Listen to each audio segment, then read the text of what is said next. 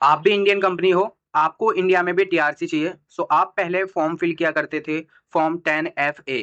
Now government has the change the entire income tax act. जो income tax act 25 आया है, उसने replace कर दिया है 1961 को। अब जो भी 1961 में फॉर्म हुआ करते थे, उनका सबका फॉर्म नंबर भी चेंज कर दिया है, प्रोसेस भी कुछ चेंज किया है। सो पहले आप क्या करते थे, जैसे मैं स्क्रीन पर दिखा रहा हूँ, 10FA फिल किया करते थे।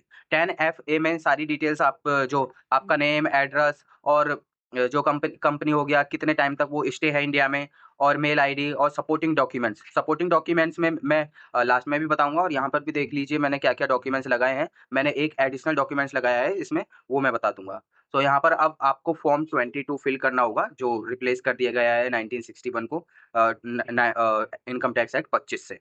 सो इसमें एंटायरली न्यू फॉर्म आ चुके हैं, कुछ न्यू फॉर्म आने बाकी हैं, कुछ पहले से ही आ चुके हैं। सो बिना किसी देरी के चलिए स्क्रीन पे चलते हैं, आपको ये फॉर्म कैसे फिल करना है, एक-एक डिटेल्स कैसे डालनी है, वो मैं आज आपको सिखाऊँगा। तो चलिए स्क्रीन पर। देखिए मैं पोर्टल पे लॉगिन कर लिया है, आप भी लॉगिन कर लीजिए। कंपनी के जो भी आप पर्सन हो, जो भी टीआरसी के लिए अप्लाई कर रहा है, वो इनकम टैक्स एक्ट में जो भी ई-फाइलिंग पोर्टल है, उस पे लॉगिन कर लीजिएगा। और सिंपली आप यहाँ पर ई-फाइलिंग और इनकम टैक्स फॉर्म्स इस पर क्लिक करेंगे, फाइल इनकम टैक्स फॉर्म्स, इस पर क्लिक करोगे। इस पर क्लिक करने के बाद देखिए यहाँ पर ये टैब आ रहा है, यहाँ पे मैंने पहले से ही फॉर्म फिल कर लिया है, जिससे कि ये वीडियो ज़्यादा लंबा ना बने। आपको सिर्फ़ बताऊँगा किस तरीके से क्या-क्या डिटेल्स आपको फिल करनी है। डिटेल्स सारी बताऊँगा किस तरीके से डालनी है, बाकी मैंने पहले से फिल कर लिया है।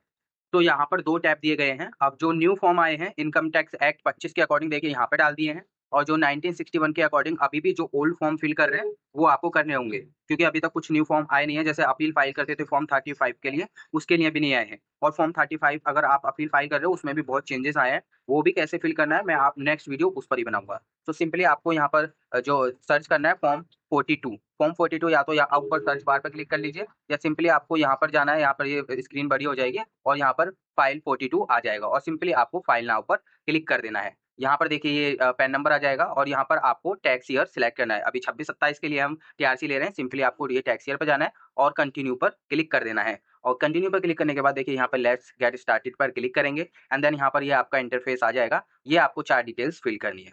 सो वन बाय वन मैं एक-एक टैब को एक्सप्लेन करता हूँ। तो सबसे पहले हम जाएँगे ये पार्ट ए में, एप्लीकेंट्स की डिटेल्स में। सो एप्लीकेंट्स की डिटेल्स में देखोगे, यहाँ पर कंपनी का नेम है और एड्रेस है। यहाँ पर 2 टैब दिए गए हैं सेम, जैसे यहाँ पर आपने पोर्टल पे डाला होगा वो एड्रेस है, और अगर आप सेम रखना चाहते हो एज़ इट इज़, तो आप सेम कर लीजिए कम्युनिकेशन एड्रेस, अदरवाइज़ नो करके आप एड्रेस चेंज भी कर सकते हो। और सिंपली अगर आपकी प्रोफाइल में आप एडिट करना चाहते हो, वहाँ से भी एडिट कर सकते हो, और सिंपली आपको सेव पर क्लिक कर देना है। सेव पर क्लिक करने के बाद देखिए यहाँ पर टीआरसी की डिटेल्स डालनी होगी।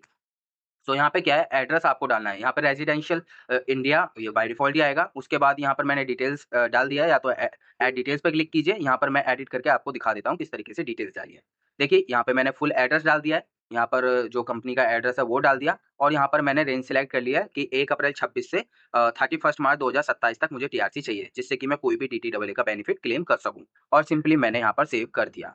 यहाँ पर मैंने देखिए यहाँ पर ये 11th नंबर पे यहाँ लिख दिया है कि basis on which status being resident in India. तो मैंने कुछ डॉक्यूमेंट्स के बेसिस पर ही मैं बोल रहा हूँ कि इंडियन रेजिडेंस है। मैं आगे बताऊँगा कि क्या-क्या है, लेकिन पॉइंट 14 में मैंने वो अटैच किए है, तो उसका रेफरेंस दे दिया है। अगर आप यहाँ पर कुछ नहीं लिखना चाहते तो छोड़ दीजिए, अदरवाइज़ आपके पास कुछ सपोर्टिंग डॉक्यूमेंट्स है, एड्रेस है या कुछ भी ऐसी चीज़ है, आप यहाँ पर फिल कर दीजिए। अदरवाइज़ आगे बढ़ जाइए, यहाँ पर आप पीरियड सिलेक्ट कर लीजिए। उसके बाद यहाँ पर किसके बेसिस पर करना चाहते हो, तो मैं डीटीडब्ल्यूए का बेनिफिट्स क्लेम कर रहा हूँ, तो एंटीसिपेटिंग सर्टेन रेजिडेंशियल स्टेटस, ये आप देख लीजिएगा। ये मैंने यहाँ पर डाल दिया है। उसके बाद सिंपली मैंने सेव पर क्लिक कर दिया है। सेव पर क्लिक करने के बाद अब मैं आऊँगा यहाँ अटैचमेंट्स पर। अटैचमेंट्स पर देखोगे मैंने ये अटैचमेंट्स किए हैं। एक तो सर्टिफिकेट ऑफ इनकॉर्पोरेशन मैंने लगा दिया है, पैन नंबर लगा दिया कंपनी का, और जो रिटर्न फाइल की है इंडिया में उसकी एक्नॉलेजमेंट, और जो लास्ट ईयर का मतलब एवाय 25-26 की मैंने यहाँ पर फाइनेंशियल भी लगा दिया है। उसके बाद जीएसटी रजिस्ट्रेशन लगा दिया है, कुछ और सपोर्टिंग डॉक्यूमेंट्स हैं, तो यहाँ पर आप ऐड करके लगा सकते हो, और सिंपली आप सेव कर दीजिए। सेव पर क्लिक करने के बाद सिंपली आप यहाँ वेरिफिकेशन पे जाओगे।